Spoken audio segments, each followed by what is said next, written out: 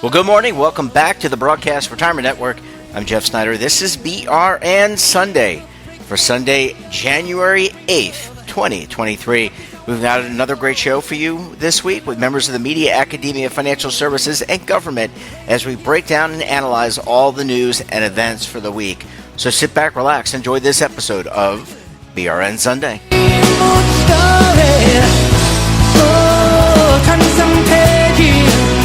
We're going to kick off the show with a look at what's happening on Capitol Hill in terms of regulation, litigation, and legislation. I almost forgot the topic. But joining me on the line, you know them as the Legal Eagles. We also know them fondly as David Levine, Kevin Walsh. Both are principals with Groom Law Group, and that's an employee benefits law firm based in Washington, D.C. Gentlemen, Happy New Year. Thanks so much for joining us. We look and appreciate having you on the program this morning. Happy New Year, Jeff. It's good to be with you as always. We appreciate it.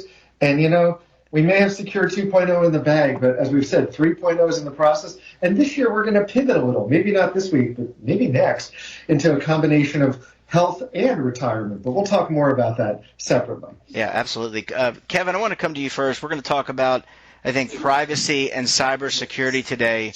Why don't you kick us off? I mean, what's top of mind for the Legal Eagles? What are some of the developments in this arena that our listeners, whether they're plan sponsors or individuals, need to be thinking about? Yeah, so top of mind for me this week is privacy, and it's kind of top of mind because, you know, when states pass laws, when Congress passes laws, a frequent effective date is, 1/1 of some year. And, we've been talking for a while about California and CCPA, but, beginning in 2023, we've got 4 more state laws that have come into effect. So we've got Colorado, Connecticut, Utah, and Virginia all now have comprehensive data privacy laws that are taking effect. Now, what that means for the benefit space, right now, if we look at just the text of those 4 new laws, and I'll pivot to California and then, federal at the end. If we look at those 4 new laws, they have fairly robust language that makes clear that they're not designed to interfere with the administration or provision of employment-related benefits. So, if we're looking at things like financial wellness, we're looking at 401k plans, we're looking at, retiree health, we're looking at, even, to preview next week a little bit, we're looking at a little bit of health plans. The laws as drafted, they don't seem like they're going to have too big an impact on the administration of benefits in a way that's going to mean that people can't have access to the benefits they've come to expect from their employer. Now, we also, then, once they've come online, regulators start getting involved. And, in each of these states, they're in the early stages of figuring out, will there be rules that apply to these laws apart from the text and statute themselves? Or, will regulators step in and say, there's some nooks and crannies that we really need to flesh out. So 4 new laws took effect, kind of a wait and see approach to see what's going to happen. No, go ahead, Go on. No, finish your thought. I'm sorry, you're going to finish the thought. Go ahead. Well, I was going to pivot to the 5th state that we've been focused on, California. So if you've got a question about those first 4, let's do that now. No, I don't. Continue on. Okay. Go ahead, Dave. Although Kevin, I have one comment here. Of course, HIPAA, of course, still applies. So that's part of what gets carved out in some of these states that doesn't get the focus, right? Yeah, it does. So I think one thing that we've seen with health benefits is that, health is already very regulated from a privacy standpoint in a manner that, retirement benefits traditionally haven't been. So, David, that's an excellent point. If we look at California, we had CPRA, which was that legislative initiative to amend CCPA. And, that ballot measure passed a few years ago. Those CPRA changes take effect the beginning of this year. One of the key things with that is it eliminated the carve-out for employment-related benefits and eliminated the carve-out for the business-to-business data transfer exception. What this means in the benefit space is that, it's likely that benefits providers and others are going to have to really work with the regulator, have to work with the legislature to make sure that, as those carve-outs expire or, in light of that the ability of employers to provide meaningful benefits doesn't take a hit. where we've seen here is there's regulations that the regulator is working on that are expected to be finalized by July. And, between here and there's going to be a lot of discussions with both the regulator and the State House out in California to see if we can make sure that when those things get finalized, they don't meaningfully interfere with employment-related benefits. David, do you want to provide any color on that? Kevin, I think you hit it well, and I don't want to burn time in the segment, so go ahead. Okay. The last thing that I want to talk about before I hand it over to David Levine to talk about cybersecurity is at the end of the year last year, there was some talk that a federal bill could be attached to the year-end omnibus. It was not attached. But what we've seen is there's still strong privacy legislation. Assuming that at some point the House of Representatives gets an order and has a speaker, we wouldn't be surprised to see 2023 be the year that, there's a lot more discussion about comprehensive federal privacy legislation. And in all likelihood, it'll look something like last year's bill, but there will always be some tweaks to the new Congress. So I think if we're looking at the year ahead, I think we've got to be focusing on the regulators at the state level, and we've got to be focusing on Congress. Yeah, really, really good point. Go ahead, David. And I'll add, with Congress, we're recording this on a Friday, and it'll obviously be broadcast on Sunday. We may have a speaker by then, but of course, with the divided my bet is January 13th. Fine. But with the divided Congress, I think if they're looking for things they get along on, as Kevin points out, there was some agreement framing up on privacy, so we should really watch. But if it's okay, I'll pivot over into cybersecurity for just a couple minutes. Sure, let's go.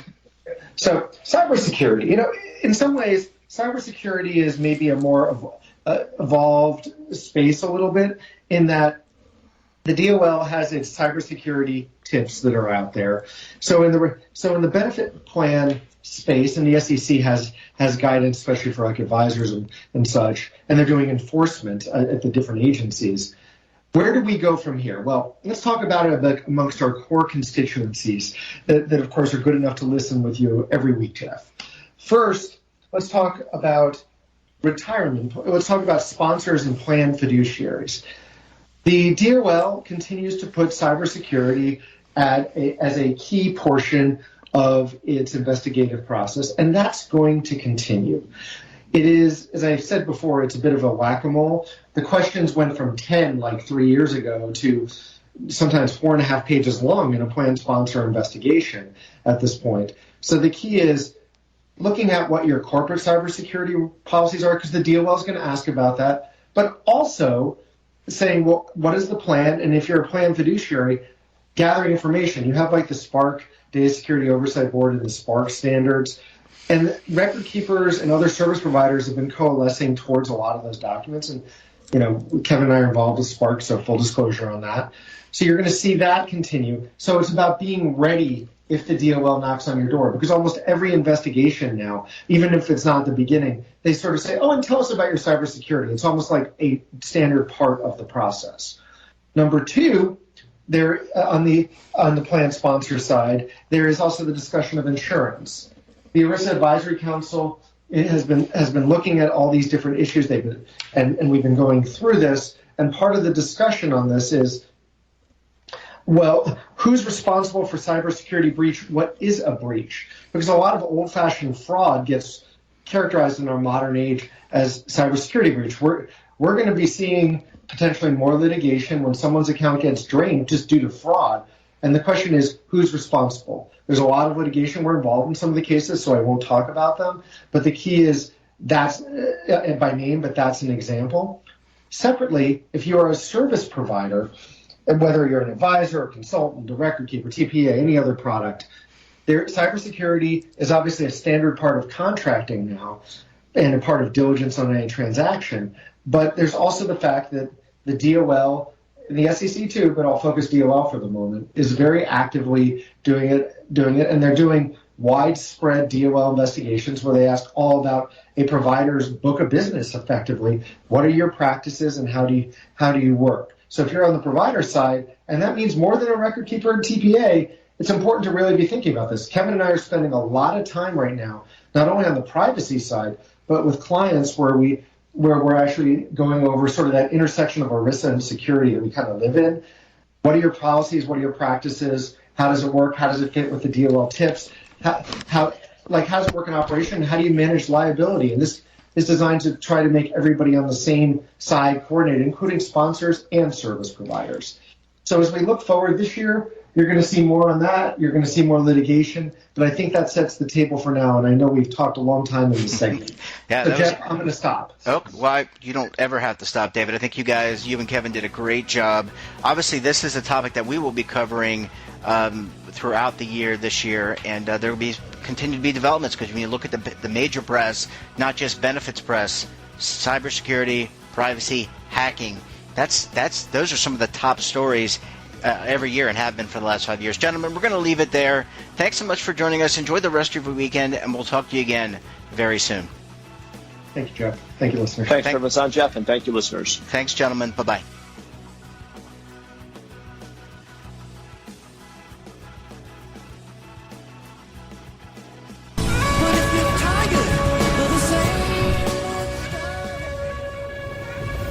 Imagine a new television network that will make you richer, healthier, and in control of your financial future.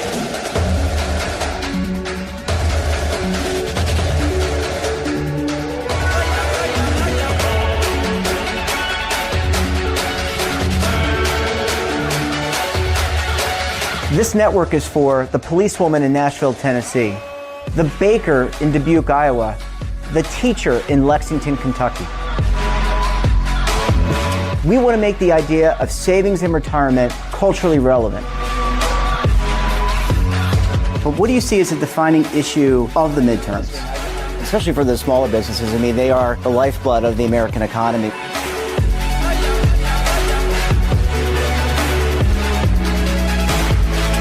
Featuring exclusive interviews, current affairs, and docuseries. 33 years old, you retired early. The philosophy is money only matters if it helps you live a life that you love. But you got to start thinking about retirement as soon as you get in. The Broadcast Retirement Network will drive very high engagement with premium partnerships. So this isn't retirement and savings for your parents or grandparents. This is for all Americans. And we're going to change the way you think about money.